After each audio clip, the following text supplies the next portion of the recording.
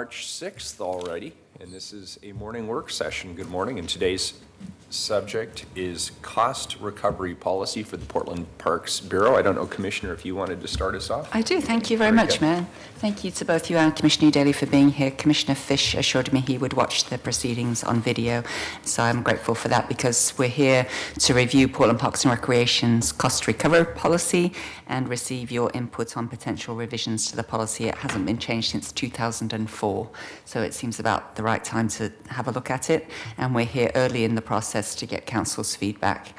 As you know, Portland Parks and Recreation is the city's largest non-public safety general fund bureau and is very dependent on fees for its services to cover costs, something like $25 million worth of fees that go into the budget of about $100 million. So you can see that it's a major proportion of what we're financed by. And in fact, two of the budget considerations that we'll be discussing this year are fee increases. We will be discussing that issue essentially all morning, how the council values access to different kinds of parks and recreation services, what types of services ought to have greater cost recovery in the new policy, what types of services are important to be accessible for everyone with less cost recovery and more general fund subsidy. So some of the examples of the fees that we have are for classes at community centres, picnic shelter and ball field rentals, private classes for music instruction, tree permits, many others, you name it. If we can, in the past we have charged a fee for it. Fee increases have I'm going to read this particular paragraph because it's really important, so if everybody could pay special attention. Fee increases have a direct implication for access. As fees increase, services that might have been affordable for most families become less affordable. Over the past several years, the city has made great strides in recognizing the historic inequities in our community and addressing them with policies that reduce the barriers for Portlanders to access city services and programs. So this is what we're aiming to do with the revised cost recovery policy to balance the council's commitment to inclusive services with the need for fiscal responsibility. So you may have seen the audit released by the City Auditor last week on recreation scholarships, which illustrates the disconnect between council values and equity. And again, that's something that we'll be discussing in the budget process. So as we begin another year of difficult choices about which valued services to prioritise with greater general fund subsidy, the cost recovery policy discussion will provide direction to shape not only Portland Parks and Recreation's long-term financial plans, but also the city budget, and have a discussion about what does our community value and what are we willing to pay for it. Taxes and fees pay for services, and so basically this is about what services are we buying and who are we buying them for.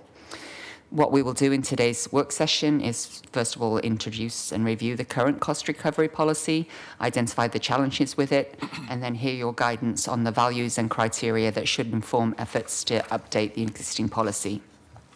Over the next 6 months, then, we will involve the public and get their input, and then return in the fall with an updated cost recovery policy recommendation for the Council's consideration. Any questions before we launch in? Director Mike Abate will kick off today's program. Thanks, Commissioner.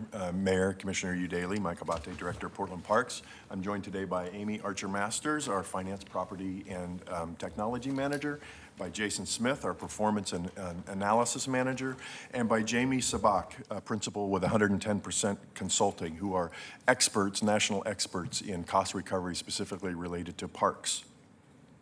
So as part of our effort to update our existing cost recovery policy and develop a financial plan, we reached out nationally and have hired 110% Consulting. Jamie's going to be sharing quite a bit of her experience with us today. So a few things we want to do today. We want to talk about the state of public parks and recreation, an overview of what we call cost recovery. And cost recovery just means that we're charging fees for a service. We're recovering a certain percentage of the cost of delivering those services. And then we'll give, as the Commissioner said, a brief overview of our existing policy. But most importantly, I think we want to have a conversation towards the end to seek your guidance and input towards developing an updated policy that helps us define criteria on how to allocate limited resources within different kinds of service categories. And then get your feedback also on our draft service area categories. You know, there's been a lot of talk about Portland Parks and Recreation and financial stability and financial stability plan. This is a key pillar to that. There's many efforts we'll be talking to you about this year, but this one, cost recovery, is a foundational building block. Charging for our services brings in needed revenue, but as the Commissioner said, also has impact on who can access those services. So today we begin that conversation on how much we should charge and to whom. And with that, let's see, I'll talk about the timeline. This is really, we're coming to you early. We don't have a proposal to vet. It's a work session to bring you in at the very beginning stage of the project. That way we can take your thoughts and input and create a policy that aligns with those. We have a project steering committee, includes Parks Board representatives. We'll be working on this moving forward and creating a new financial model over the summer, and then we'll be back to you in the fall to look at an updated cost recovery policy for your consideration. So with that, I'm going to turn it over to Jamie Sabak.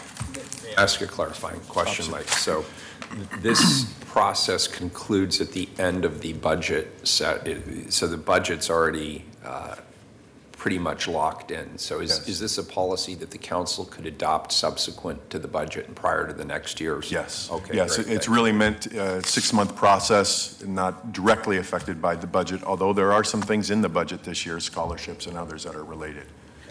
Yes, it's beginning a holistic conversation, and part of my goal before I stop being the Commissioner in charge of Portland Parks and Recreation, whenever that might be, is to have a very clear plan for financial sustainability and a clear understanding of what are we going to work towards over the next 10 years or so, and how are we going to pay for it. That's excellent. Great. Thank you. Oh, good morning. Try to burn this down since I'm so tall. Appreciate the opportunity to be with you this morning, and certainly appreciate the opportunity to work with the Bureau on this really important project.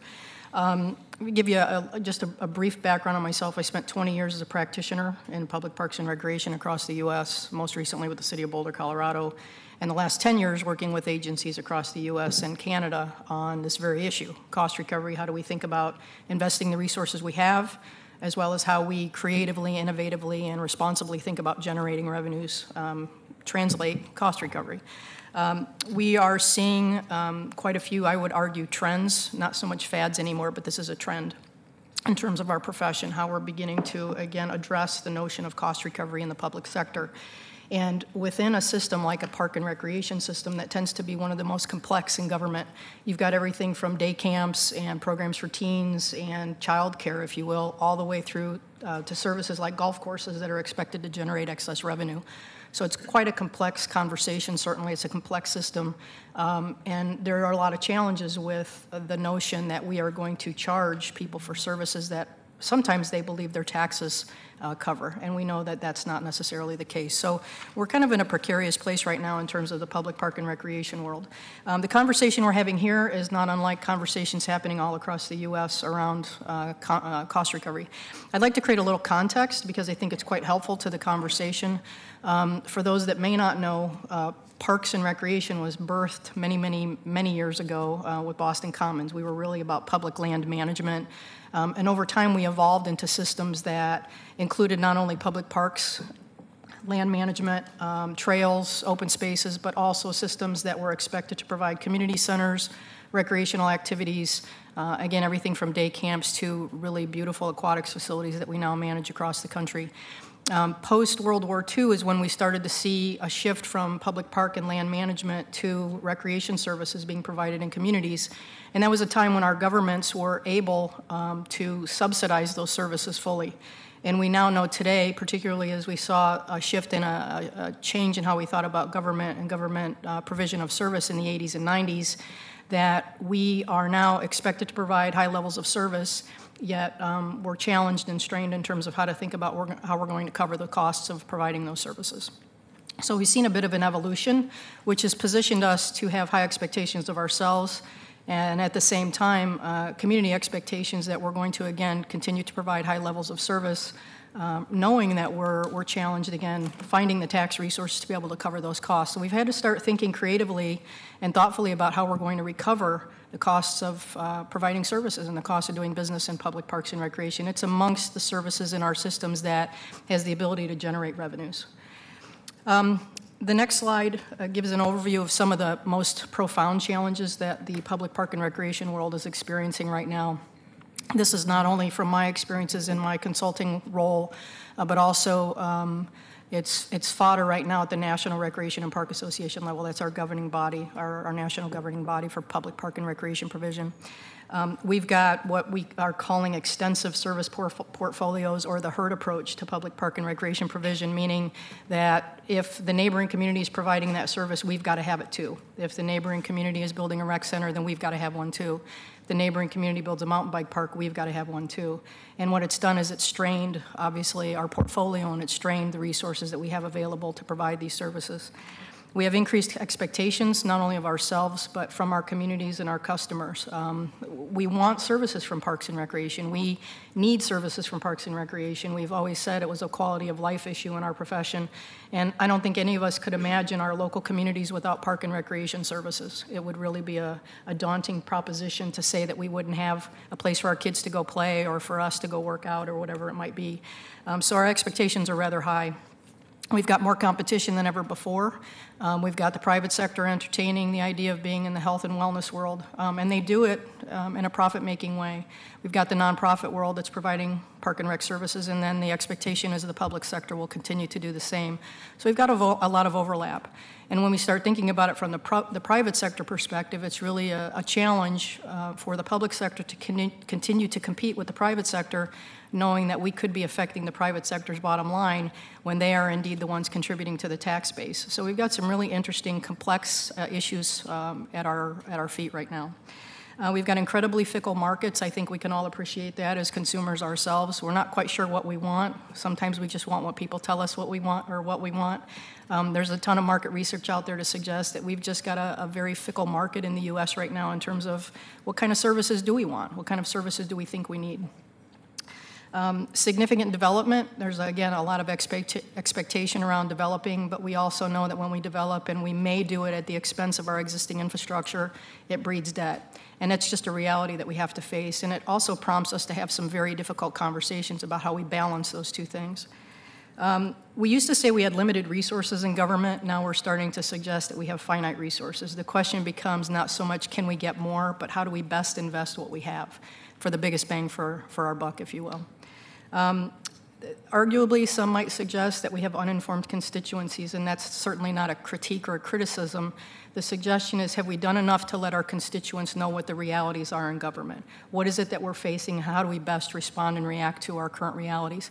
I like to think about it in terms of, do our policies reflect reality, or are our policies a bit antiquated? And I think in large part that's why we're here today, is to begin to think about the current policy as it exists, and does it connect with our reality today, and how do we update it, re-engineer it, and create a policy that really aligns with our realities. Jamie, I have to jump in on this. Please do. This is my big issue. I don't think it's necessarily the case that the constituency is uninformed, but I think they're given the wrong set of choices from which to choose. Very well be. For example, we go out to our community loves our parks, and I would say on the whole they're very aware of what the options are, and on the whole they're aware of the finite resource question. But the question we put to them isn't, can you weigh the following 10 parks programs against public safety or road infrastructure or something else? We tend to be very prescribed and constrained in terms of the questions we ask. And we get the feedback we deserve during our budget process when what happens is everybody comes into the chamber and they say, we love all of our parks programs, don't cut our parks programs. And then some of the very same people will come in a meeting 2 months later and yell at us because there's a public safety issue that hasn't been addressed. But we've never really put them in a position of balancing those two competing interests, given that we have finite resources. And that's our job. as the city council to balance those two approaches. But I don't think we've ever really found the right formula to engage the public in helping us to weigh those difficult trade-offs that go beyond a particular interest area. That's my only comment, but it's what keeps me up at night. Sure. Well, and again, we're thinking about this in terms of in the U.S. park and recreation world. So maybe in Portland, if we were to identify a key issue here, it would be how to better engage or how to improve our engagement efforts with our community members, our stakeholders. And then finally, we know that we've got a significant reliance on tax dollars. And with sometimes a rather volatile economy, an unpredictable economy, that positions us in a place of a lot of uncertainty. And it's just recognizing and acknowledging that moving forward, which is, again, what prompts us to have these conversations about cost recovery moving forward, particularly with the Bureau. I like your cartoon. Oh, thank you. Yes, if you didn't have a chance to look at that cartoon, it is quite funny. What we're seeing, again, through the National Recreation and Park Association is a national trend that's, I won't call it disturbing necessarily, but a bit provocative. And that is that we're seeing our expenditures in our profession going up at a rate of approximately 3%, while our revenue line's going up a little bit over 1%. And what that essentially is translating to is a continued gap as we move forward. Many organizations that have responded to the information that NRPA, the National Association, was looking for, did not include their capital in this as well. So we know that we've seen a decline across the country in terms of the amount of capital that's been invested into systems. You know, the dollars and cents that have to be invested in our infrastructure. Rather, we're seeing more money or a larger percentage of our budgets being put towards operations. So if we were to add this into the fold, it would be interesting to see how this graph would change. But my suspicion is that we'd see our expenditures go up at a higher rate and our revenues kind of flatlining. So what we're doing at the end of the day, really across the U.S. relative to cost recovery conversations in public parks and recreation, is beginning to challenge ourselves to think about how do we balance business principles, and not suggesting that we operate like a business, because folks will go to the dark side when they hear the B word in the public sector and say, well, we're not a business. But the suggestion is we adopt business principles. We think a little bit more business-minded in terms of how we manage our systems, with the end game being we're all about social purpose. It's how do we provide for the betterment of our communities, the community good, the common good, the social good of our communities. And rightly so, I think what we're seeing in terms of trends and in terms of shift in how we do business in the public sector is that we are starting to adopt these models, but we haven't really driven home the fact that the reason we're doing that is in order to honor our principal focus, which is the community as a whole. It's how do we provide for social good. That's what the public sector stands on. It's one of our pillars. So this cost recovery policy update is grounded in adoption of business principles in order to honor our commitment to the social good and the social benefit of the greater Portland community. I'd like to give you just a quick overview of cost recovery philosophy as we have thought about it in public parks and recreation over the last 3 decades. I call it cost recovery philosophy of yesterday. And Jason, if you could just kind of go through these figures. Commissioners, you'll see on the next slide a menu, if you will, of different services that are provided through a typical park and recreation system, not unlike the city of Portland. So we have looked at parks as a portion of our menu, and the expectation is parks would bring in approximately 0 to 10% cost recovery. And for those who may not understand or aren't clear on what cost recovery is, what we're essentially saying is we're going to be recovering 0 to 10 cents on the dollar that we spend for parks. In youth sports, we've said that our baseline, or our benchmark, rather, our professional benchmark as a profession was 50% cost recovery. For adult sports, it was 75%. For aquatics, it was 50%. For seniors or older adults, it was 25%, and so on the story went. And this, just to clarify, is average in the industry. We're going to get in later as to what our cost recovery policy is. Yes, this is the historic approach. But just to clarify, the top one on parks, that would be things like permits for renting space within parks. Picnic shelter, those kinds of things. Well, and I'm going to clarify, it wouldn't necessarily be your rentals. It would be the provision of your general park areas, so the maintenance of the parks. It would be providing the parks. Rentals might be a different category. No, but in terms of cost recovery, we don't generally charge people for maintenance. Correct. So this is how we've approached it. But we've found, and we've got very few educators, very few academicians who study public parks and recreation as part of their teaching in higher education, but the few that have done some interesting study, and they've determined that this has been a rather ineffective approach, because what we've done is we've created a benchmark for a profession with communities like Boulder, Colorado, and the city of Chicago being compared and contrasted against one another. And we know in Boulder our cost recovery is 91%, and the city of Chicago, the Chicago Park District, it's under 10%. So there is certainly a place and space for benchmarking, but when it came to cost recovery, this really wasn't one of them. So we found that this has been an ineffective approach to say that youth sports is going to be this, and adult sports is going to be this, and aquatics is going to be this. The other real challenging thing here is we start to pit special interests against one another, and I say special interests with the utmost respect. This is not a criticism of special interests, but if I have a child who's a T-baller, then I'm probably going to care a lot about T-ball. Or if I'm a mountain biker, I'm going to care a lot about mountain biking, but I'm not necessarily going to be as concerned about older adults or something else. So we started to see a gravitation towards special interests with this model. The next slide is an illustration of how we're beginning to think about the cost recovery conversation and the development of cost recovery in the public sector, and specifically a philosophy. And the philosophy, of course, translating to a model, the image of our cost recovery approach or our goals or whatever it might be. And we like to think about it as a three-legged stool. It oversimplifies, again, something rather complex, but we like to think about the development of cost recovery based on three elements, three pillars, three legs of a stool. One is the importance of creating service categories. The second is considering those service categories and their benefit to the community as a whole or to the individual. And third, it's what do these categories or what do these services cost the system? And it's not to just suggest that any one of these independent of one another is going to be the driver in terms of how we think about cost recovery. Rather, it's how we think about all of these together. And I'd like to give you an example of how this all rolls up. So if you look at or you think about the previous way we've approached cost recovery, right? We had youth sports, adult sports, seniors. We've pitted ourselves into these social values arguments and social values positioning conversations. So if I'm an older adult, I might think seniors are the greatest service we provide in the public sector, and we're going to direct a lot of our subsidy there. If I've got a child who's a T-baller, I might think that youth sports and Little League is the most important thing in the community because it contributes to the social, physiological, and emotional growth of children, whatever it might be. But if we can think about service categories, which takes us back 7 decades in our profession and into the literature that said that we're not going to create categorizations based on special populations, rather we're going to create categorizations based upon likeness of service.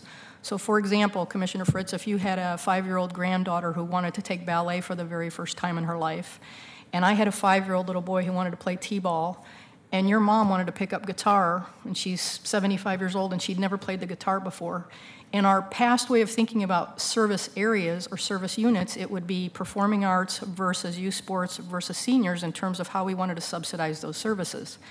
But if we can look through a different lens in terms of categorization and say, what do those things have in common?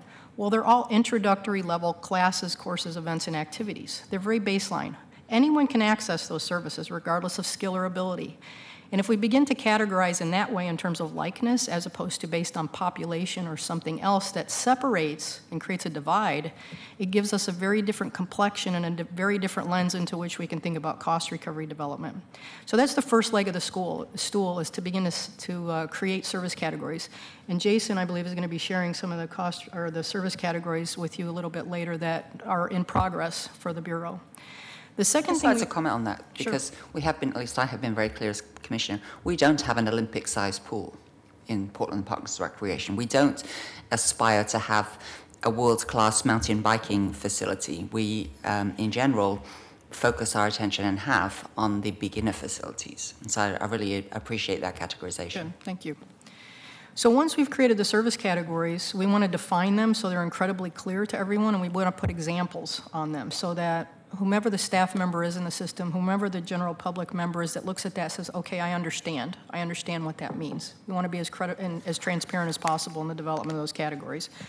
Once we've got the categories developed, then we want to begin to have a conversation, subjective as it is, about beneficiary of service. So if we were to look at those very services in that introductory, beginner level category of courses, classes, events, and activities, we then want to ask the community, we want to ask our elected officials, and we want to ask our staff, the content matter experts, boots on the ground, who are the beneficiaries of these services? Is it the community as a whole, or is it individuals in the community?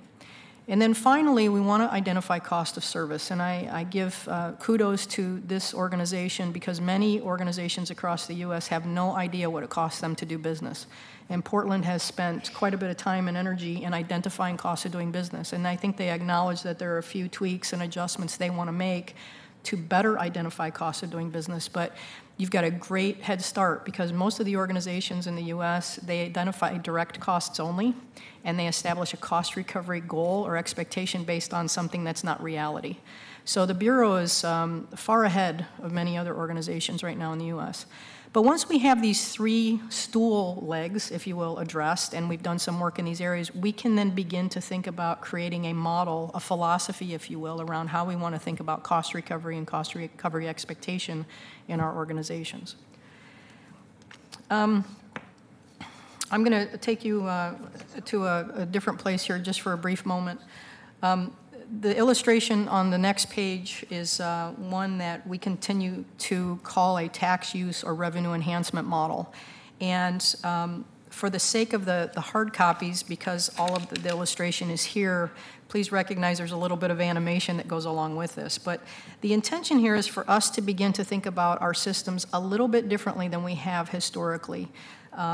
And if you can just focus on the arrows for a moment, what it allows us to do is to break down our systems into a system that has a complex service menu. But the idea is that we recognize and understand that we have services in our system that must have subsidy in order to survive. We recognize and understand that the idea that we're going to be at full cost recovery for things like our public parks, that we're going to be at full cost recovery for things like services for low-income youth and families, where affordability, where an ability to pay is an issue as opposed to a willingness to pay is an issue. Those are services that demand subsidy. They need the subsidy in order to survive. On the contrary, we have services that, frankly, are available by other sectors. They're available in the nonprofit sector. They're available in the private sector. And we might begin to challenge ourselves whether or not we believe those services should require any subsidy. Full cost recovery is not a dirty word, as we like to say. It's just about recovering the cost of doing business. We're not talking about generating excess revenues. We're not talking about profit center at all. And then finally, we recognize that we do have certain services in our systems that may serve us well in terms of becoming profit centers or enterprise operations. But the caution here is that we're not in the profit-making business in the public sector. We recognize and understand that. But what this model does is it becomes one that allows us to illustrate how we can reallocate in our departments, in our systems, in the Bureau for the health of the entire system. And at the same time, we also have services that questionably we may believe we shouldn't continue. We may no longer want to be in the business or need to be in the business because these are accessible and available elsewhere. We sometimes, in our world, the general world of public parks and recreation, believe we have to provide something for everyone. And I think the fundamental reality for us is we are now taking a step back and saying, as long as it's available and accessible in the community, doesn't matter if our logo is on it or someone else's, as long as it's available and accessible in the community. So questionably, there may be some services that we identify that we say, you know what, if we divest of these services, we can take the staff time, the facility space, and the money and reinvest it elsewhere in our system. So this illustration gives you a sense of how we begin to think about the system as a whole and reinvestment or reallocation within the system to create a healthy system, but make sure we're sustaining our subsidized services, again, our public park spaces, our infrastructure, recognizing we have services that can be, maybe arguably should be at full cost recovery, and that we have service opportunities that can generate excess revenues, again, for the health of the entire system. If we begin to kind of, we'll say, drill down even deeper, what you have on the next page is a model of what a cost recovery continuum begins to look like. It's an unveiling of sorts. So we've taken the two previous slides, plus, of course, the intention behind the three-legged stool and the development of the service categories, the beneficiary of service exercise, and then the cost of doing business, and we begin to see a continuum unveil itself and show its face. And you can see on the vertical axis, the expectation here is that that would be the representation of our cost recovery expectation or our subsidy allocation, depending on how you want to think about it. And then the horizontal axis, from left to right, would be more public benefit to the left and greater individual benefit or more private benefit to the right. And this is just an example of some service categories from another organization that have been placed on the continuum. Bottom left, again, being more public benefit and higher subsidy level, all the way to those services in the top right that are considered more individual in nature or more private benefit and would have a higher cost recovery expectation, or possibly the expectation would be that they would generate excess revenues, again, in order to reinvest in the system. So one of the things that we have as an advantage, and it's quite an advantage in public parks and recreation, is we have services that can generate minimally full cost recovery, if not excess revenue generation, with the full intention, again, of being reinvestment back into the system. We're not suggesting necessarily that the system be 100% cost recovery or more. What we're saying are there services that would allow us excess revenue generation to reinvest in the organization for low-income youth and family services, for programs for people with disabilities, whatever it might be. So this, again, is just one example. And this is the path that we're headed down right now in terms of thinking about service categorization for the Bureau, definitions of those service categories, how we want to begin to think about cost recovery for the Bureau, and how we'd like to see the definitions of public service and private benefit or private benefit to the individual be defined for Portland, because this is not a one-size-fits-all approach. The framework is similar, but the approach, the definitions, the categories are all unique and independent to the organization. And is the intention that at the end of this process we'll have our Portland cost recovery continuing, and in fact that council discussion today and moving forward will decide, do we agree that rentals are further up that way than community events? Right. And we'd like Is to that get correct? you'd like to get community input as well as the staff's Right. input. It's Right. kind of that, you know, it's a tentacle approach. We want the staff who obviously boots on the ground. We need the elected officials who represent the community. And then, of course, if we can get community representatives to be part of the conversation, it certainly will help. We have a great Parks Board too, I'm sure will be involved in this. I just wanted to highlight this because, and we'll come back to it and discuss it again before the end of the session. Right. I'll just pause. Are there any questions over what Jamie just reviewed, kind of the national overview of the issues related to cost recovery? No? Okay. Well, then let me move on to kind of kick off a discussion of where we are. Where's Portland in this continuum? We do have an existing cost recovery policy. It was brought to council in 2004. I think Commissioner Saltzman is the only commissioner that was involved at the time. The policy directs the Bureau to achieve certain specific cost recovery goals. And it's been a guide to us, to helping us set prices since 2004. And that's why we're here today, is to talk through the next iteration of that cost recovery policy. Because a lot has changed in those, 20 years or so, almost, 24, or 8, do the math for me. What is that? 14 years. Thank you, long time. The city has grown by 100,000 people. Our population is way more diverse, and though the economy is strong, we still have economic inequities in the society, and local poverty is still a problem. We now have a 5-year racial equity plan in place, and council's made that a priority through the development of the Office of Equity and Human Rights. I mentioned Commissioner Saltzman, and with a changed environment, changed economy, many new council members, this is the key thing to have a conversation with you today. So I'm going to turn it over to Jason to kind of walk through our existing current cost recovery policy.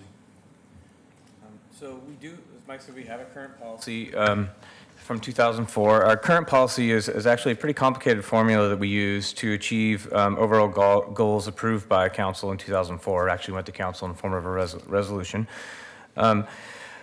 So PP&R's current cost recovery policy is focused on basically 2 dimensions. We're talking about age, and we're talking about neighborhood income from which the services are delivered. So services focused on youth are expected to have a lower cost recovery rate, compared to services focused on adults, where we try to achieve a higher cost recovery rate. Also, services provided in low-income neighborhoods are expected to have a lower cost recovery rate compared to higher-income neighborhoods. And let me give you a little example of that.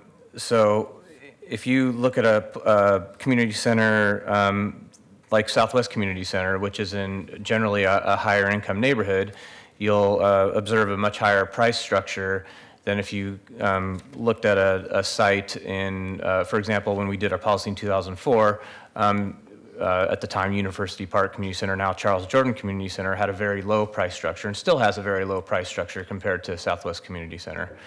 And again, that reflects the guidance in our policy. Reflects the geographic area regardless of whether a particular individual is high income or low income. Great point. Which again we've been trying to address with the scholarship policy and have not been able to do so far, but that's, I think, a really important point on the current policy. Right. So we have these specific targets depending on your age group and your neighborhood income, and then our overall combined target for the organization is a 39% total cost recovery rate.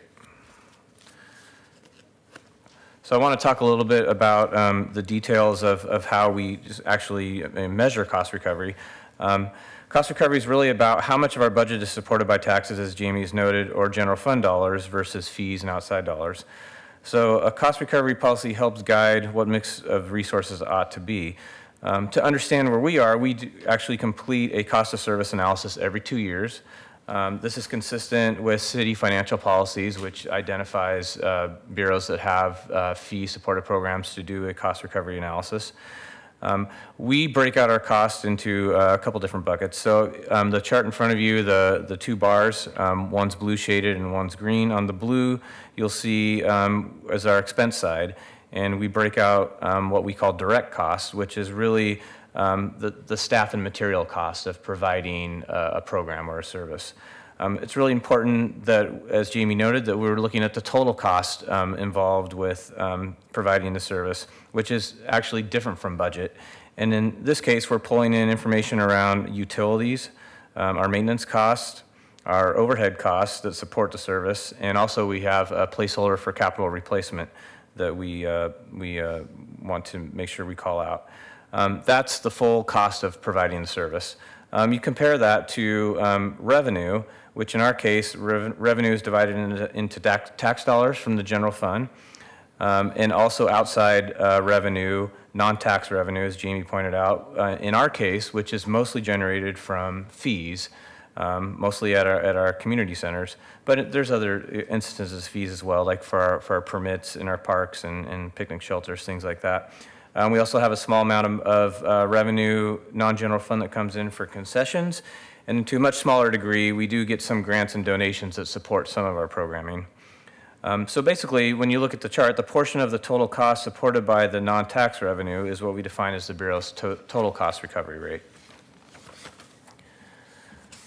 So I want to talk a little bit how we've been trending over the past 10 years. In 2004, when we brought the last policy to City Council, we started with a 29% cost recovery rate. The latest data we have on this that we've pulled together is from 2016, and our cost recovery rate was 36% in 2016. The next slide shows you a little more detail about the year-over-year changes. So over time, the Bureau has increased its cost recovery rate. This has resulted partly due to increasing fees over the years in order to backfill general fund reductions. I think that's really important to point out. In fact, we've actually exceeded the 39% goal that I called out in 2013 and 2014 by achieving a 40% cost recovery rate before dropping down to 36% in 2016. I think it's important to note that even though our cost recovery rate has dropped, our revenue has increased substantially. And so when you look at our revenue over the past 14 years, you see an annual 9.1% increase in the revenue that we've been generating at parks.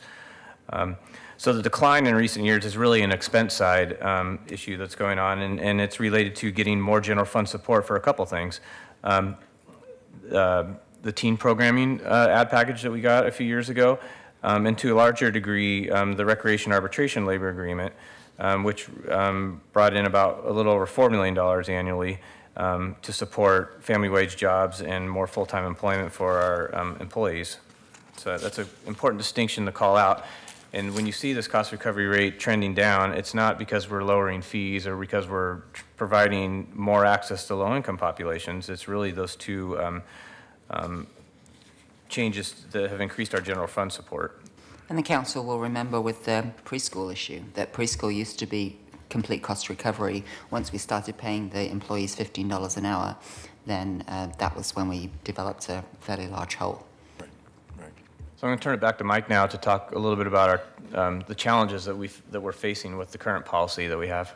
Yeah, thanks, Jason. And I think the preschool example is a really good one because we, at direction from council last year, bring preschool in at 100% cost recovery. And so we've raised our fees up to nearly 50% in order to see if enough people will sign up. So we're in the middle of sort of an experiment on cost recovery specific to our preschools.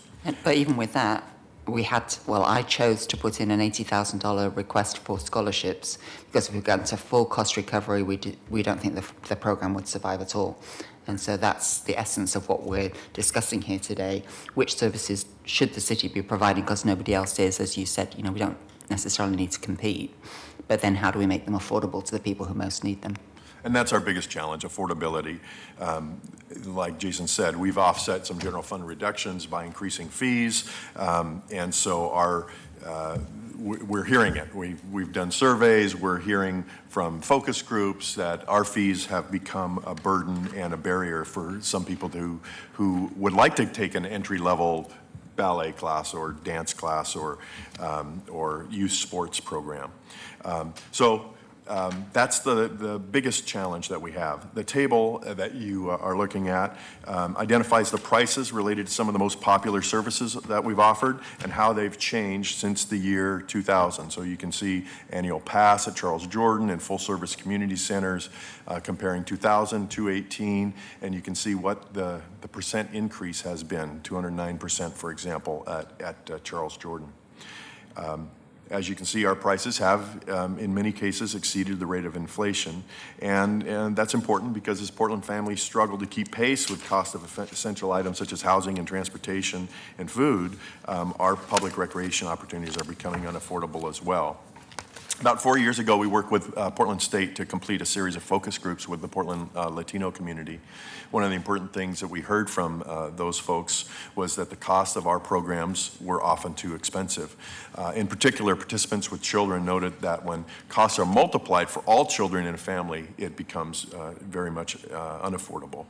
I mentioned the big survey that we did this year, a large random sample survey, statistically correct of the Portland community. I think we had 2,009 respondents.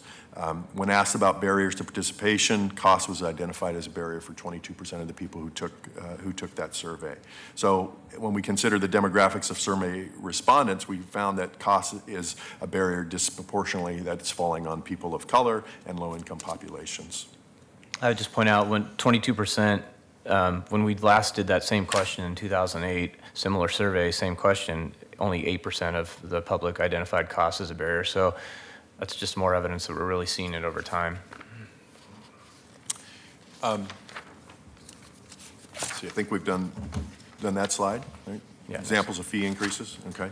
Moving on to existing policy challenges, the growth in scholarships. So this is another sort of byproduct of this cost recovery. As we've increased fees, our requests for scholarships have grown. And remember that for us right now, our scholarships are really not a thing that are funded. It is deferred income. So we discount and we don't collect income, and that's scholarships. And that's, I think, at the heart of the auditor's report last week about our scholarship program. As I mentioned, over the years, as cost recovery has increased, the Bureau's absorbed this new financial burden. And you can see in that graph by year, it doesn't show up too well on the screen, but in the handout, you can see what we've been getting in terms of requests, starting from a low of $256,000 to a high of nearly $650,000. And those two things are coming in conflict. How do we achieve a cost recovery level of 39% while at the same time granting scholarships to people or discounting or offering free services? And the other inequity with that is that it's not clear that you can get a scholarship. So if you have the courage to ask, you might be able to get one. It's not the same across the system. But more particularly, it's basically if there's space, you get in. Whereas for the people who are most challenged, we want them to have the first opportunity to choose the times and things that they most need and want to do, rather than being, if there's something left over, you can have it. Mr. Mayor, you hit on our second policy challenge, which is the disconnection between this idea of cost recovery and the budget. That's why, though we're in a budget season right now, we're talking about a long-range strategy that would affect next year's budget and try to bring these two things together. That 14 years of age gives us an opportunity to link in, and so that our budget next year won't be narrowly focused on individual pieces, but will be part of a financial stability plan that includes cost recovery woven into it. The third challenge is that when this was created in 2004, we offered certain services. There are many things that we offer now that are not included in the cost recovery policy. You can see some examples, one of which is, actually a couple of which are in the budget this year. So parking fees at parks as another revenue stream. Urban forestry permitting fees. We have packages on both of those two in our in this year's budget. But also things like merchandise sales and general access to parks. We don't currently have anything in our cost recovery policy that would allow us to create some sort of fee basis for access to parks. What do you mean by that? That means some sort of cost in return for using various facilities and parks. So right now, and I wouldn't advocate that we would go to like a neighborhood park and charge for the use. Okay. I don't advocate for that. But there may be cases where we have specific parks that are having an event or something like that that we might want to incorporate. But yeah. Okay, I'm going to stop right there and just, are there questions about the way we currently do things or have been doing things over the years? Maybe scholarships or... Do we currently charge for parking? We charge for parking in two places. We charge for parking at Washington Park. Council made a decision to invest that money back into the park. We also have a little bit of parking at Willamette Park. At Willamette, yeah. Thank you. Yeah. Okay. Jamie, I'm going to turn it back over to you. Okay, so what we were hoping to do for the remainder of our time with you this morning was engage in a dialogue, a conversation, get your feedback, perspectives, and opinions on a couple of questions to help kind of move our agenda forward with the development of a continuum. And in particular, we're looking for your thoughts concerning the values-based conversation, some help in terms of developing the criteria for the continuum as we're still in the early stages of the process. And then I'm going to pass it over to Jason at the end of our conversation to share with you the service categorizations that have been developed thus far, the first draft, the first iteration, if you will. Just to revisit the continuum, and our next slide, to give you, again, another illustrative glimpse of what a continuum could look like, might look like for Portland. Recognizing again that what we're going to be attempting to do is craft some relevant service categories that represent the entire service menu of the Bureau, and then also begin to think about the beneficiary of service of all of those categories.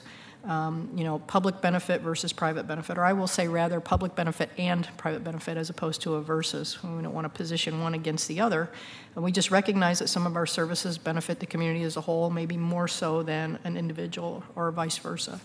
So the first question on the floor for commissioners this morning is on the next slide. And we're interested in your thoughts concerning what you believe the characteristics of a service that would benefit an individual more so than the community might be. So again, what would be the characteristics of a service that would be considered one that benefits an individual and not the community as a whole? And we thought we could entertain that question and throw it out in the middle of the table and on the floor for your thoughts and perspectives. It's not an easy one, certainly, but again, we want to be very diligent in making sure that our model and our philosophy reflects that of Portland and not necessarily any other community, and we want to avoid having some generic definition or description of what community benefit and private or individual benefit is. So not an easy question, certainly, but again, as representatives of the community as a whole, we think your perspectives are incredibly important to the conversation. Go now? Okay. Sure. First of all, I want to apologize for keeping everyone waiting. I'm dealing with a neck and shoulder injury that is making it a little challenging for me to be upright right now. So I'm very sorry about that. Well, it's no secret to anyone that knows me that I'm not a big fan of golf, and I think our golf courses are, sorry, Mayor, if that's your favorite. No, yeah. I'm more about golf. Oh, good. Okay. I like you even more now. I think that's an example of an aspect of parks that, in my mind, it's an extraordinary amount of space and resources to serve a declining usership. And I know I've had a conversation with Commissioner Fritz. There's one golf course in particular, though, that's really popular with the community and the Colwood. center, the Colwood. Yeah. That's great, but we have, I don't know how many more. So that would be an example for me that of something we're investing a lot of resources in to benefit very few people. Maybe we turn them into silent disco parks. I don't know. I won't tell you what I really want to do with the golf courses. It's too controversial. So that's mine. So is it because it's bigger than golf? If we were to try to take that sort of principle, is it because it's a focused activity that relatively few people spend time in and specialize in? Is it, trying to find parallels in other, using those kind of criteria so that we can think about, okay, that might also apply over in this, Sure. this kinds of program too? I mean, I think that's a fair characterization, and I think we also have to look into the future, and just like millennials are ruining, I don't know, Applebee's in the real estate market, they're not playing golf by and large. So why would we continue to invest in golf courses when there are a variety of other uses and activities that are more popular? Commissioner, may I ask for a little bit more clarification or maybe an add-on? Sure. So I heard you say an extraordinary amount of space and resources for a declining interest area. Yeah. Significant resource investment for a few Relative few, folks. yeah. In comparison with the larger population. Are there any other things, you use golf as the example, are there other things about that particular activity that help us understand the characteristics about that activity that challenge you to believe that it requires or should get tax resources? Because we're really focusing on the characteristics of the kinds of services that you see as more individual in nature, more private benefit. I mean, it requires a certain amount of personal resources just to participate. So maybe an access issue? Yeah. A frisbee's $3. I don't know how much a set of golf clubs are, but I'd say I'm assuming that it's cost prohibitive to a lot of people. That really isn't my main argument. My main argument is just it doesn't seem like there is enough interest to achieve cost recovery. And I mean, I also have environmental concerns. There's the amount of, water and pesticides and maintenance that have to go into it. environmental impacts? Yeah. Okay. Yeah. I'll throw one out there just for the sake of comparison. Bike polo. So we have, bike polo is thriving in Portland. Now, thriving means a very small group of people, but I'm using that just as a kind of an example of, boy, that's a very focused, small group of people, very passionate. We have converted one tennis court to a bike polo court, and they've paid for it, and they'd be willing to do more. But it's that challenge of, well, that's a very narrow demographic that is playing bike polo, right? And so right now, they pay relatively little to pay to play. Can that bike polo course be used for any other purpose No. while it's not? No. Yeah, I mean, It I was think- an out-of-commission tennis court that wasn't getting used. I see, so, yeah. I mean, I think that's another consideration is golf courses really aren't used for, I mean, I suppose you could take a stroll through a golf course, but not a flexible Right. use space, which Right. I would be more of a fan of. Now, miniature golf, that's a whole other story for me. I'd love it We if could make some serious money on mini golf. Yeah. well, which, I mean, we're not on this question, but I am interested in merchandising revenue. I feel like Okay. we're underutilizing that Okay. possibility, not just at parks, just, Yeah, I'll jump in on that Yeah. because I agree. If you can eat it, drink it, wear it, or park it, I see those as mostly private benefit. Can you say that again?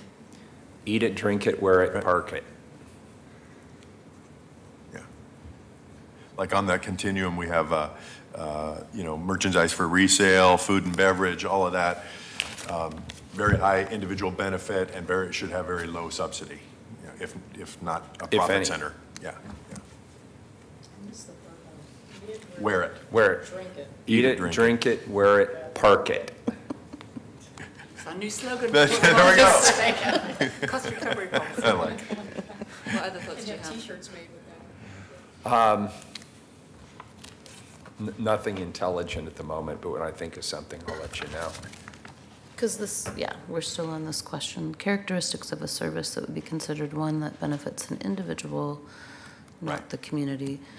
Just, I mean, I guess the activities that are high cost of entry or participation and relative low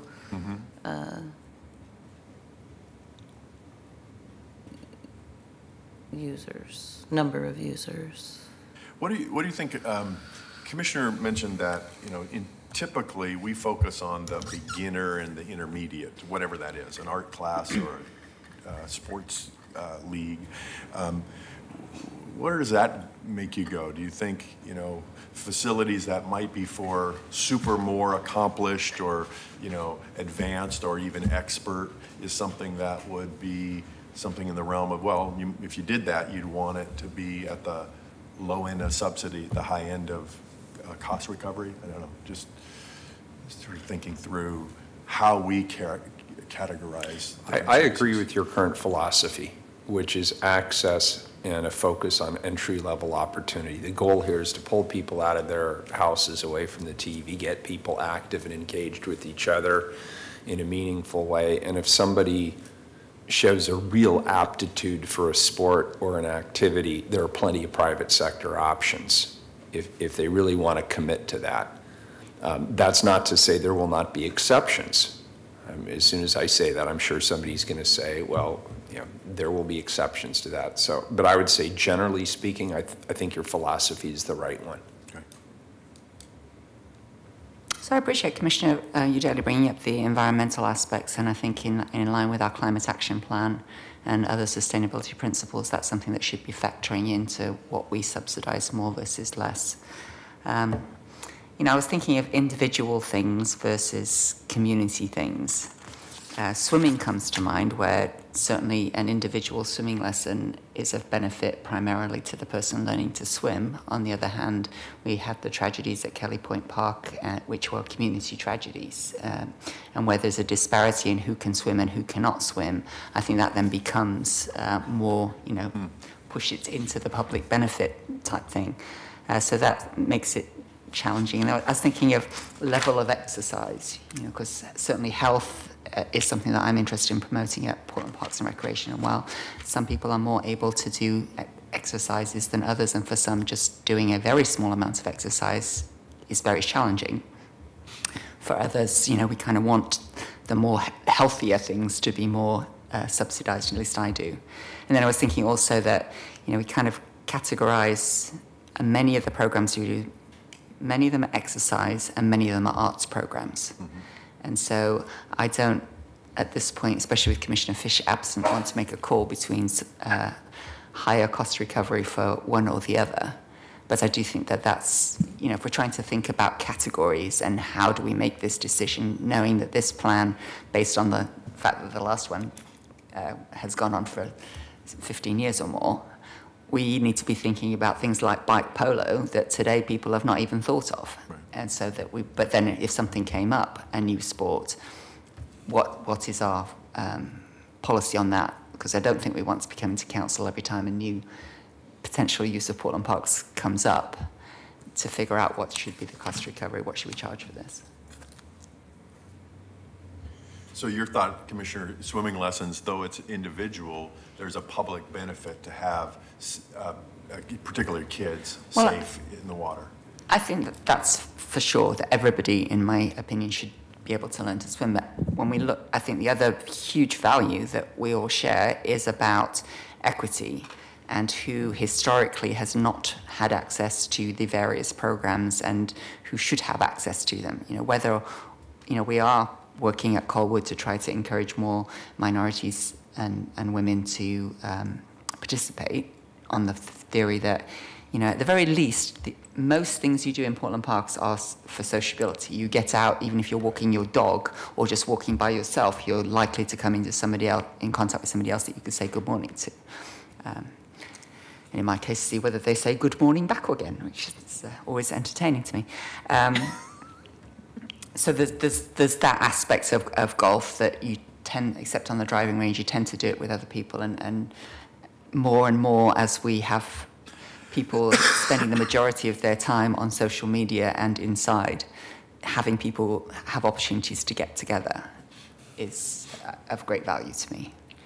I realise I'm not really helping in any way contribute to the refining of these things. I just want to put these thoughts on the table. May I ask for a little bit more of your thoughts concerning swim lessons? Because from my seat and my contributions to the process, we're going to be staying away from individual services because of the social values conversation. More so, as I was asking about golf, what are the things about swim lessons that you believe provide either more of an individual benefit or more of a community benefit, remaining focused on the characteristics of the activities rather than the activities themselves, because we don't want to position ourselves to say swim lessons, youth sports, right, put them in buckets again. That's why we were going the categories route. But I'm curious, why did swim lessons come up for you, and what is it about that particular service that leads you to believe that it should either be seen more as an individual service or a more community-based service? Well, it's certainly something that, as an individual, it's a sport that you can do throughout your life. Okay.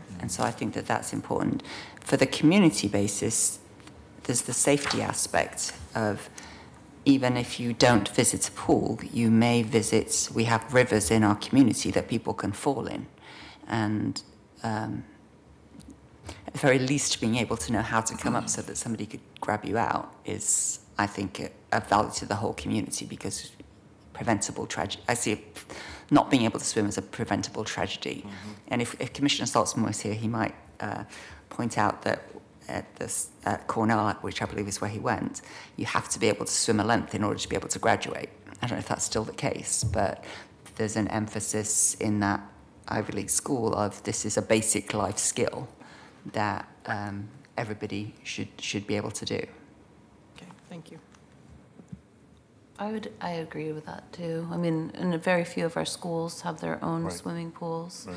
Swimming is a survival skill as well as a, social activity, a sport. Being in water is very beneficial for humans, and it does strike me as something that, even though the lessons are individual, that there is a larger community benefit. We live in a city with 2 rivers, Yeah. and also it rains most of the year, so I would want to work to get more kids in the water, safe in the water than.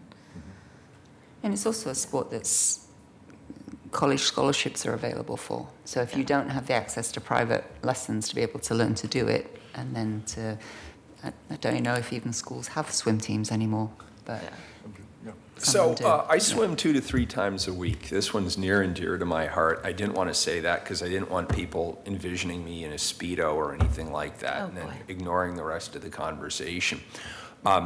You guys hit on all the right points. There's one more I would add, which is that it is a lifetime sport. It is, Yeah, oh, you I did? said that. Okay.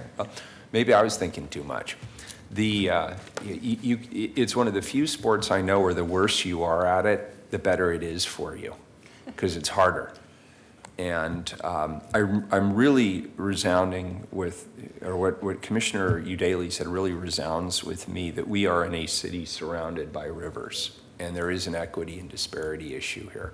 On the flip side, of course, pools are very expensive to operate and to maintain, and there's a huge capital outlay.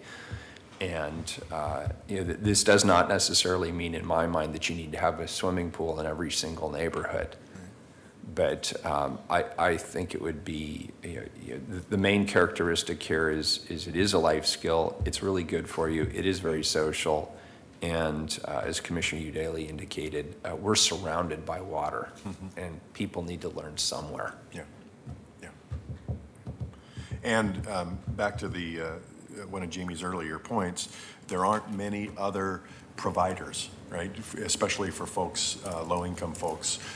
Like you said, schools aren't doing it anymore, and our swimming lessons, and we offer some free swimming lessons in the summer. They're just absolutely booked. So there's a huge demand, and there aren't the private providers that are matching it. No, and it's the private providers are throwing in. The high schools still do have swim teams, and mostly they have found private sector sponsors to provide a space for them to be able to swim. I know the pool I swim in has at least 2 and maybe 3 swim teams there as well from high schools, local high schools. Yeah. The pools are also, I think, a pretty vital place during summers for parents to catch a little breather. Yeah. It's a safe place for kids to go, Yeah. gives them something positive and fun to do, keeps them out of trouble. I think there's probably even more benefit than.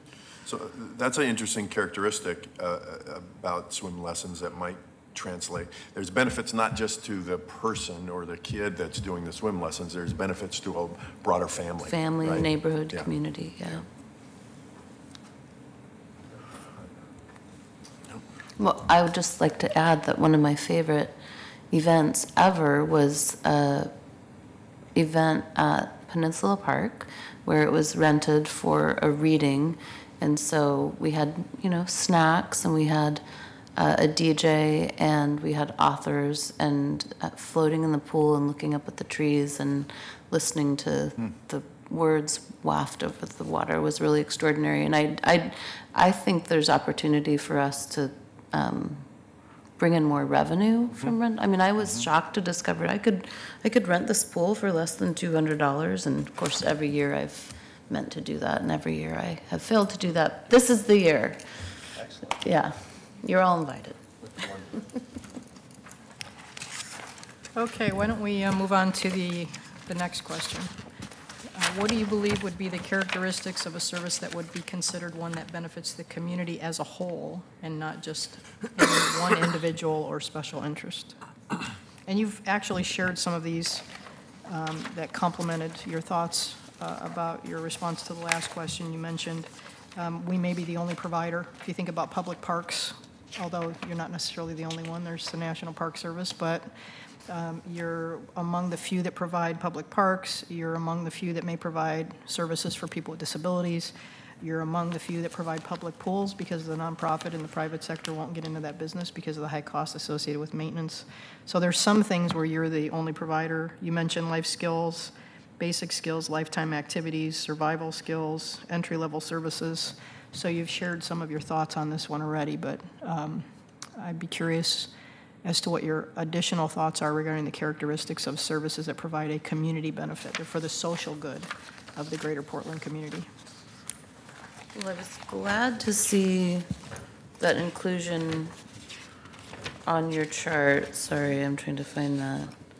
Is considered to have more public benefit, because I imagine that people that don't need to access those services may feel like that's a small special interest group, it's an extraordinary cost, why are we doing it? I would argue because our schools and larger community are not necessarily accessible and inclusive, that it is really vital that our parks and other kind of public services and entities are. People with the level of disability that need the kind of inclusion services that we provide have diminished outcomes in every aspect of their lives. And so these supports are vital to them, but also to the community as a whole, because we're suffering the consequences of those diminished outcomes along with them. So I am slightly biased because I do have a son who has enjoyed those services, and I'm involved in disability advocacy, but you know, one of the challenges that we face is that because the outside world was really not designed for people, especially people with mobility challenges, certain types of behavioral challenges, the public has this impression that these people are aberrations, when disability is normal and it's common, and there's a lot of people in our community with disabilities. And the fact that they don't feel included or welcomed, or they face too many barriers to participation feeds into this idea that this is just this tiny minority of people. It's so sad that life is unfair and hard for them. But, you know, I think something like 6 or 7% of our population experiences a significant mobility challenge, for instance. So, if I might add, I think a clarification may be necessary as well. We, as a profession, we have a lot of services for people with disabilities. It's not a broad stroke approach. There are some organizations that do not have services for people with disabilities. They're typically called special recreation, therapeutic recreation.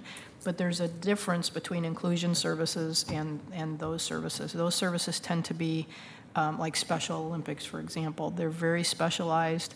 Inclusion is really about including persons with disabilities, cognitive, physical disabilities, into existing services. And the reason that you see that in the placement that it's on in the continuum is there are challenges to the notion that it is very individual in nature. However, it's a federal law.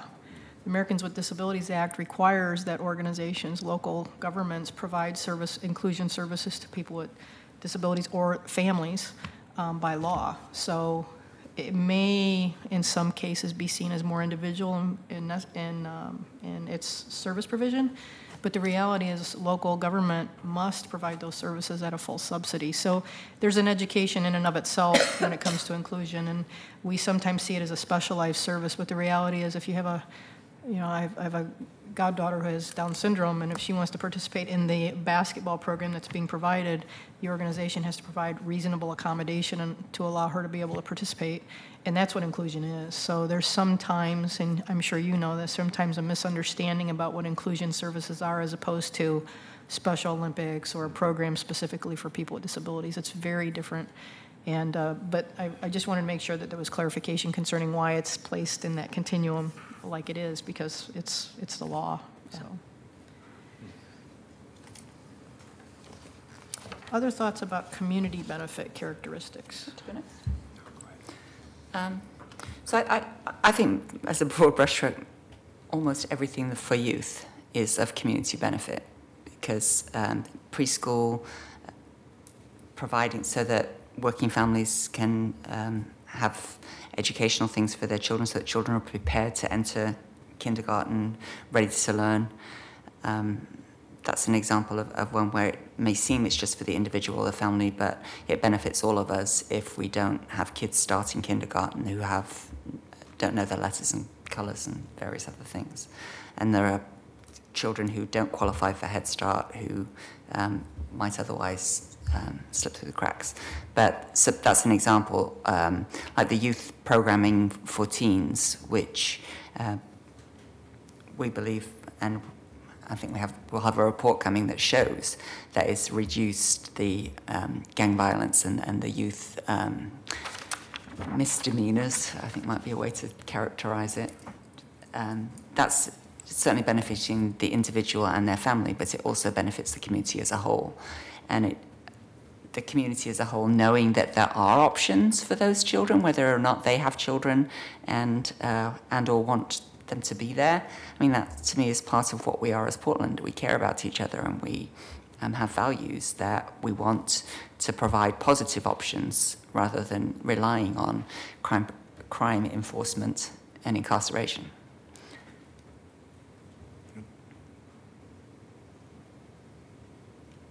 And I do think that anything that encourages people to be more sociable does benefit the whole community. I mean, the one that comes to mind is the summer free for all, the concerts and movies in the park, the mobile playgrounds, those kinds of things, which, unless we're very intentional, tend to benefit people who may not necessarily need that socialization. On the other hand, getting people into a park once a year so that they could have the option of meeting their neighbours is probably a good thing, when they would otherwise be commuting to work and back in a single occupancy vehicle and staying locked up in their private McMansion or whatever. Thank you.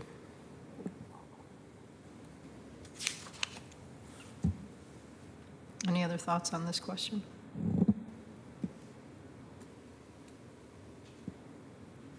Okay. Move on to the draft categories. Got a handout here. Alrighty. So as part of this project, as you know, to build out the continuum, we need to define service categories for parks. So as part of we've created a steering committee, internal steering committee with Parks Board representation for this project. And one of the things we've been working on for the past month or so is looking at our services and putting them into groups so that we can build out that continuum and really answer the question, which categories get what, which levels of subsidy.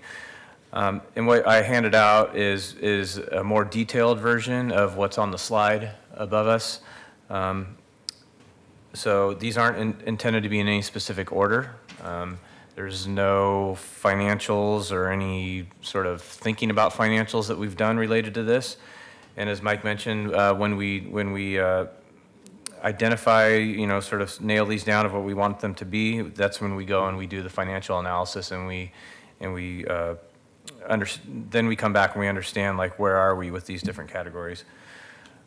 So with that in mind, there's a fair amount of understanding about the financial structure of the city and parks in general that has helped define these groupings as well. So I can go through these. I won't go through the detail, and then we can just see if you have any questions on each one of them. Is that all right? Yeah. Okay, so first category we have is open access, and that is open access, unsupervised access to parks, facilities, and activities. That does not require registration or provide instruction. That's generally going to a park, going to a open gym at a community center, et cetera. Drop-in access to parks, facilities, and activities that does not require registration or provide instruction, but is overseen by employees or volunteers. That would be something like open swim, where we need lifeguards there, but we're not doing active programming in our pools. With Jamie's advice, we've really started to talk about our services from a skill-based perspective, and it's going to take us a while to pull the information and the data and to be able to group it that way, but we're going to aspire to build out our system from a skill-based perspective. And I think that's pretty self-explanatory. You can see the examples there. In recreation, we're talking about like beginning swim lessons. When we're talking about beginning intermediate, when we talk about advanced private lessons, we're talking about things like swim team, maybe advanced soccer classes, dance academy program. And we move on down the list, and we're at rentals. That's exclusive use of facility, space, or park to an individual, group, or organization. Right now, for an example, we have community gardens in that category. We also have things like film permits, nonprofit leases, picnic shelters, wedding rentals. Moving down further, enrichment and life skills. Those are programs that focus on education, socialization, or other life skill development. Some identified examples include our equity and inclusion program, Parks for New Portlanders, our environmental education program, and our Sun Community Schools program. Special events are one-time events or a series of events targeted to a specific audience or open community-wide. We've identified a couple examples: Walk with Refugees and Immigrants within our equity and inclusion program. Within recreation, we have things at community centers like harvest festivals and holiday bazaars. Regulatory activities, that's something new that, as we pointed out previously, we're trying to expand the scope. In 2004, we didn't have that category in our service area. We weren't doing a lot of fees for things like urban forestry, but basically regulatory activities, non-rental services that require permit. Obviously, urban forestry, the removal and development permits that group is involved in. And then we also have noted easement and right-of-way or other non-park use permits. And then finally, we have this category called enterprise, and this is really related to some of the existing programs that we have, like as in golf and PIR. Specifically, they are identified by the city to be self-sufficient programs, and they are actually separate enterprise funds. And they provide currently no general fund or overhead support. And I think we just wanted to get those on the list to be more explicit about those specific programs. So any thoughts about those categories, or can you think of a particular activity you're wondering, what category would that kind of thing be in? You know, I don't know if everybody knows that the kind of spectrum of things. We have a community music center where you can take violin lessons as a beginner violin. You can get pottery lessons at Multnomah Art Center. All of those are, or many of those are in the most beginner or intermediate level instructions. Could I just ask a question? Are these in a particular order? No. Okay, good, No, thank you. no. So, you know, the examples of the pottery and the music lessons, it's still, I keep thinking of arts and sociability being perhaps a different category from exercise. Mm-hmm. And I know I come with a background, I wouldn't call it a bias, I would call it lived experience. And I come with lived experience in healthcare, and so a particular passion for getting people to exercise to the level that they're able to do. So I think that's something I'd like the public and the council to discuss is we just had Commissioner Fisher's presentation on how to make art space available. If there's only a limited amount of space in a community centre, and so we're renting out a room for a particular purpose, should we care whether it's for an arts organisation or an exercise class? And I don't have an answer to that. I'm just identifying it as a potential issue to be discussed. Yeah. Exercise is interesting because we think of it both individually and collectively, and I'm thinking of Zumba classes, for example, which are, they're individually exercise, but it's community building, right? Those folks that are in that class are dedicated to that particular teacher, and to them, it's, you know, twice a week we get to see each other. You know, it is part of that socialization, even as they're getting healthier individually. I mean, I'm generally supportive of the arts and would want to suggest that exercise is something that is much more accessible to most people than arts classes. So, I mean, that just to respond to Commissioner Fritz a little bit, and that the arts are, in my opinion, a vital part of kind of a full life, and it's also can be very social and enriching. I'm not sure if this is the time to raise this question, but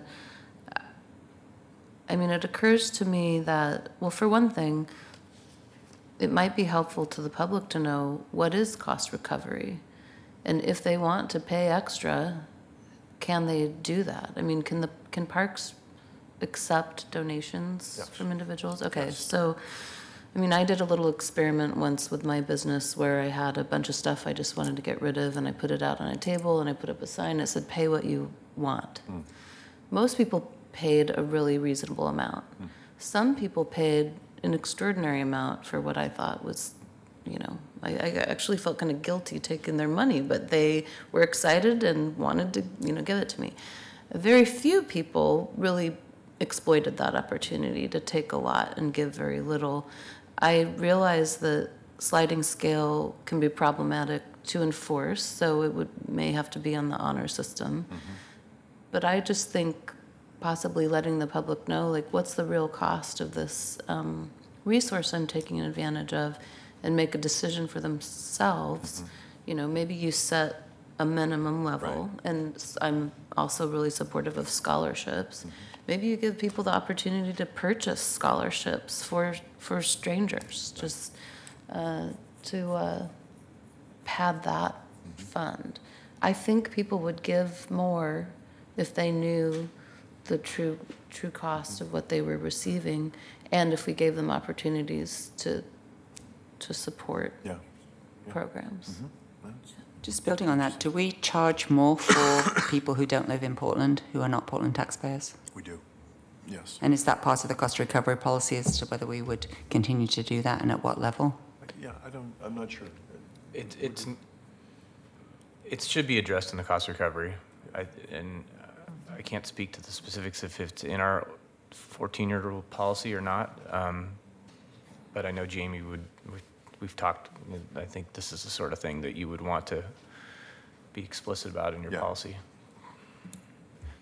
So an area that always interests me, and it may not be directly related to this exercise, is who provides what to the community. Because there are some things that we're discussing here that I think do have a tremendous amount of community benefit, but I wonder, why is Parks and Recreation the one providing it?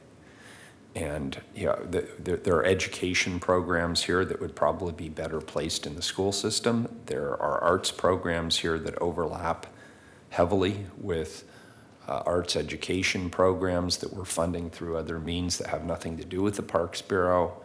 And I just wonder if there is some way for us to have, as we go through these categories, think about what we really want to be in the business of delivering through the Parks Bureau versus what do we want to be in the business of delivering, but not through the Parks Bureau, through somewhere else. Sure.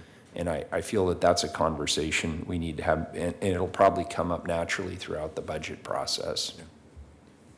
Yeah, and any thoughts you have, Mayor, about those kinds of things? You know, we entered that conversation last year with preschool, right? Part of that is who else can provide these? Who else does provide this? And a third question: who else should provide this? And you know, I'm really intrigued. I'm just sort of absorbing what my colleagues are saying because they're raising some really interesting points. You know, the focus on recreation from an athletic perspective is really interesting to me, and I want to let that settle in, but you may be onto something there in terms of what really are the core values of the park system, and what do we deliver better than anybody else that nobody else can deliver but through this system. Right. I have a question. As far as rentals go, especially of facilities, Do you have a sense of kind of where we're at as far as our capacity to rent space? Like, is that a popular feature and our buildings are being really well utilized, or is it something that we could build on? I would say that our buildings are jam-packed, not just with rentals. Luckily, our last two community centers, Southwest and East Portland, we created a room for birthday parties, right? So there is cool. a space that's right next, that overlooks the pool. And I think that was part of the strategy is, what could we put into these so that we can have the Zumba class that's virtually free, but we also have some opportunity for creating income. And Jamie, you might have some thoughts of this. That is a trend in almost most progressive park systems right now. When they're building something, they're saying, okay, and what can we put into that park that actually might help to generate revenue in one way or another for those who want to participate. Could I ask a question related to that before Jamie jumps in? Do you maximize the revenue opportunities in each of our parks? For example, I know the zoo shelter is full every single day, or at least it seems to be full every single day. Should we have 2 zoo shelters? Do we actually go through and look at it from a strategic perspective? Yes, Mr. Mayor, we and are in many cases, most cases, we are not able to provide the space because it's already booked. But this does create a no, but tension. I'm asking you, instead of just having one of those facilities at the park, should we build another? I mean, do we ever look at whether or not there is an opportunity to maximize revenues for the park system like that?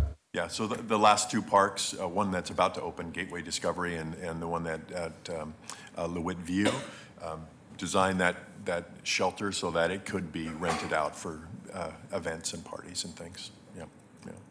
Yeah.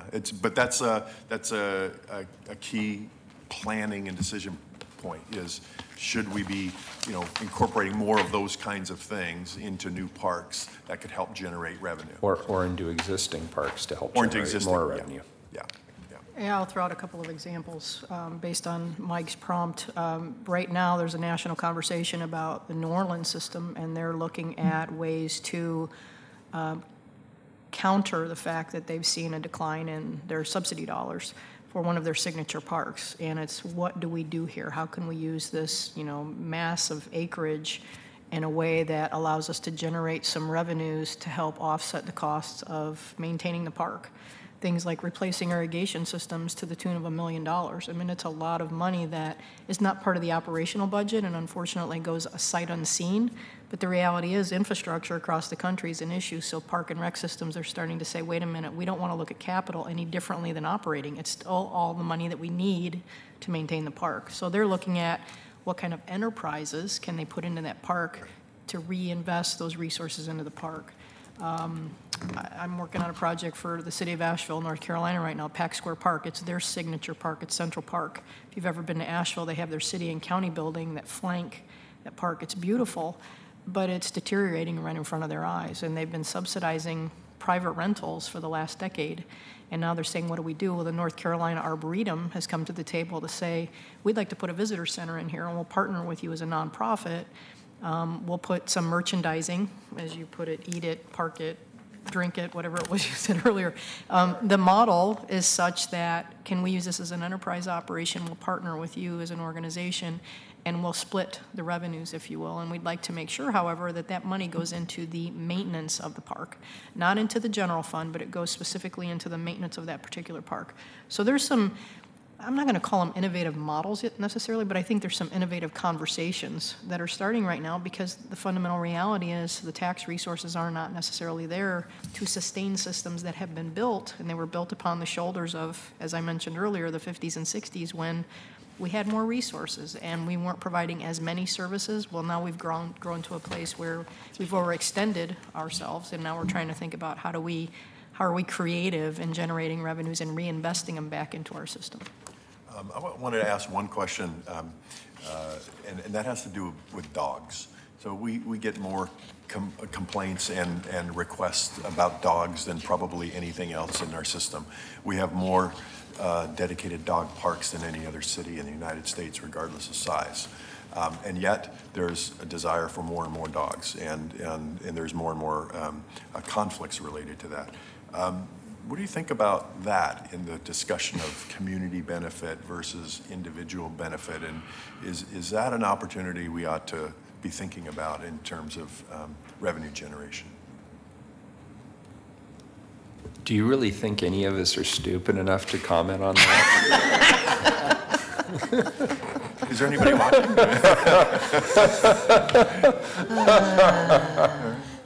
You can tell me later, Mayor. I can take the fall for it. Go for it. I'm looking for a sustainable park system here. Well, I would just say that it is, obviously, it's a tremendous amount of labor and work go into maintaining dog facilities, and they're absolutely beloved. We've had many people come to us and say, gosh, we'd like to have a little more order and structure, and so. Well, to flesh out the problem a little bit more, because I'm frankly not all that familiar with it, so give us a few more details. About dogs in general? What's going on? Well, we have a number of dog parks, most of which are not fenced, okay?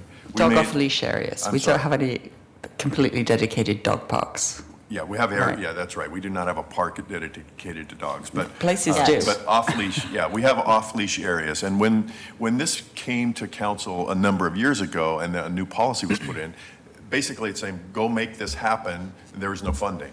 So that's why most of our dog off-leash areas are not fenced, right? So our unfenced dog off-leash areas generate a tremendous amount of conflict. Kids in the wrong place, dogs don't stay, owners don't keep their dogs in a certain place, and at the same time the population growing and the dog population is growing and people want more places. So, so the capital that's needed to actually create say a fenced dog park, like we have in some of our newer parks, we've actually created dog off-leash areas within a park. They're very expensive. So in some cases, we've had neighbors come to us and say, hey, we'd like to have a fenced dog off-leash area in this because of all of these conflicts. And we look at the capital expense, and it's fairly expensive. So What's involved, Mike? I mean, just putting up a fence doesn't strike me as being particularly expensive. Am I wrong? it's not just a fence. Obviously, depending on what kind of soil you have to deal with you can't grow grass there, generally speaking, in a small area. So you have to think about what is the surfacing material, how often does it get cleaned. The vast majority of people do take care of themselves, but a lot of people don't. So what does that mean for staff implications? And so it's well loved. It's just we don't. There isn't really a strong mechanism to make it to provide the level of service I think people would like. And there's also the public involvement of deciding exactly where it should be, because everybody supports it, but not next to them. Yeah, it's true. So. This is an issue I've been oddly aware of, considering I've never owned a dog in my adult life since the early 90s when I worked at MLC before and after school childcare center, because we had, I don't know if we had any dog parks at that time, but people certainly used Cooch Park as a dog park, and were not always responsible for their dogs. So we'd have conflicts with kids and dogs, as well as just dog waste lying around the park, and the kids didn't really play in the park. It got to the point where they didn't play in the park. I think this is an example of a service or amenity that really only benefits a particular group, dog owners who want to enjoy it.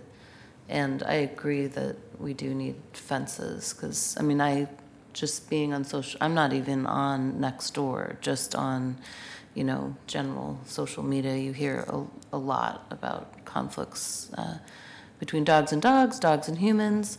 I've had dog owners I think dog owners may feel a level of ownership or territory about those off-leash, unfenced areas that the rest of us are blissfully unaware of until we have an unpleasant encounter, because it's not like there's a giant archway that says, you're entering Dogtown, you know, it's just little signs. Little and- markers at corners, yeah. Yeah, and, yeah, and I mean, I wonder how other cities are handling this issue. I wonder if we have an extraordinary level of dog ownership. Just the number of dog daycares is kind of mind-boggling to me. Any insights from other parts of the country? Well, given I live in Colorado, yes. Okay. Denver, for a period of time, had more dogs per capita than any place else in the U.S. I don't know if that statistic still holds true, but Denver Parks and Recreation, City of Boulder Parks and Recreation have been challenged with the very same issue. You do have some organizations, and actually I believe it was the Park District system in the Chicagoland area that started having the gates and the passes. So essentially you became, it was like a membership approach to accessing the dog parks, and they are revenue generators in many cases. Interesting. So, you know, obviously, again, it's a values-based conversation. You know, you mentioned, you know, I've been in community meetings where people said, I choose to have a dog and not a kid, so why am I going to subsidize your family and your children? So you have these, they're all special interests, if you think about it. And again, not in a, that's not intended to carry a negative connotation. It's, I'm not married, I have a dog, why am I going to be treated any differently than you who happen to have kids? So it's a very familiar with it's that a it's a difficult conversation. conversation. It really is, but it's a values-based discussion, which is why I keep bringing us back to center, which is why service categories are so important. It's not about arts, it's not about sports, it's not about dogs, it's not about children. It's what type of service is this, so we can level the playing field. But it's, you know, they're all complicated issues, right? Yeah. Because we're trying to serve the community, and we have lots of different characters in our community who have Well, different interests. And There's some common sense balance to be had here. Fair I mean, enough. it sounds like just from a pure logistics and cost perspective, we're not going to have them all fenced in anytime soon. It sounds like we're talking like a long-term vision here. But I do agree that as more people use the parks and our city becomes more populated and denser in population, that these conflicts are only going to continue to increase. So I agree with Commissioner Udaly that a common sense approach would be to fence certain areas. I think what you're suggesting in terms of, you know, a keyed gate card, we're not there yet. You know, my gut tells me that just from a public preparation and sensibility perspective, that may be a step too far, unless there are certain limited areas where we just have so many users and so much conflict that we have to do something different to make the experience more enjoyable for everybody. But the issue of safety is one that's really important to me. You know, I'm beyond the little kid phase of taking care of a small child as a parent. But, you know, we frequent a park that has an open access area for dogs, and the vast majority of dog owners are very, very responsible, and their dogs are well trained and well behaved, but that's not uniformly true. And we were, you know, there one day when, you know, there was a dog just going around wreaking havoc with the little kids in the park, and whoever owned it just didn't seem to care one whit. And so that was just sort of, unfortunately, one of those exceptions that makes it uncomfortable for everybody. But hearing from Mike that, you know, this conflict is becoming an issue, and there's an escalation, and there's a liability issue here on the part of the city as well, since we are the providers of this service. I think this does warrant a further conversation. And if I might just Actually, add, could I the just interrupt? conversation, the conversation is part cost recovery and part liability, because it was a way to track those who used the space and ensure that they were tagged. And so it was a control mechanism as much as it was anything else. So I just wanted to throw that out there. Well, things have gone downhill over the last 10 minutes. Thanks, Mike, for introducing the dog issue. Should I just stuck with my original comment? No, it's fine. And it's an important issue because that is an example of we could charge for something that we don't currently charge for. Right. And so I think that's important. I want to just go back to this, the categories. I think I support the beginner, intermediate versus advanced private, whether it's adults or youth. I think that's important.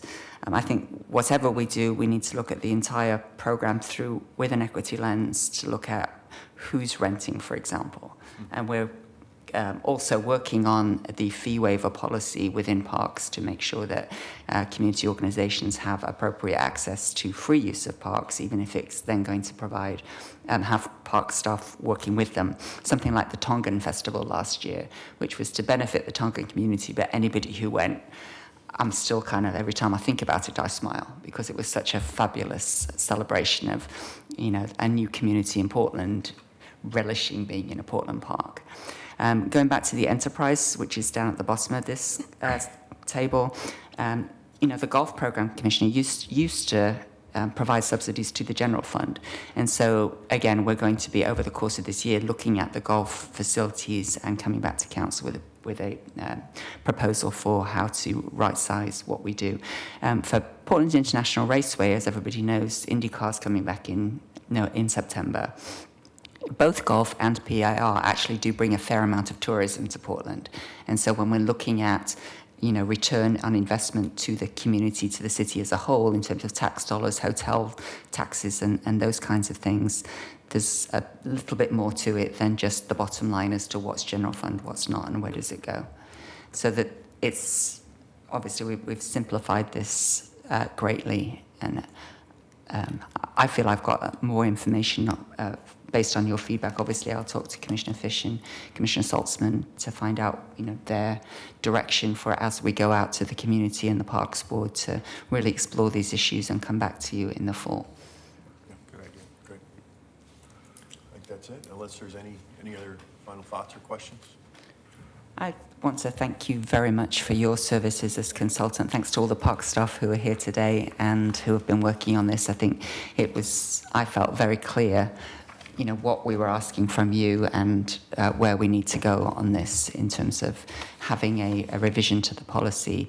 And certainly these themes will be coming up not just later in the year when we come back with a proposed policy, but throughout the budget discussions, because there are several decision points this year, not least of which I will have to just take this opportunity to plug the long-range vision plan, which the Budget Office has not recommended funding.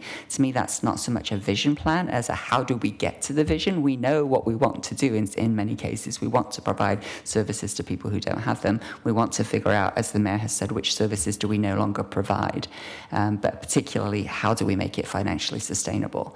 So that is an extensive process that cannot be done with existing resources, but I feel is essential to the goal of this is a bureau that is always considered a plum assignment for many good reasons. And whenever anybody gets too enthusiastic about it, I tell them about dog off-leash areas and temper the enthusiasm, because there's never a week that goes by without a complaint about something related to, as you so kindly put it, dog waste. So thank you, Commissioner Fritz. This has been a great conversation. Mike, thank you. Jamie, thank you for I think, a very, very comprehensive and informative presentation. We appreciate it. Amy, Jason, thank you both for your good work. Thanks. With that, we are adjourned.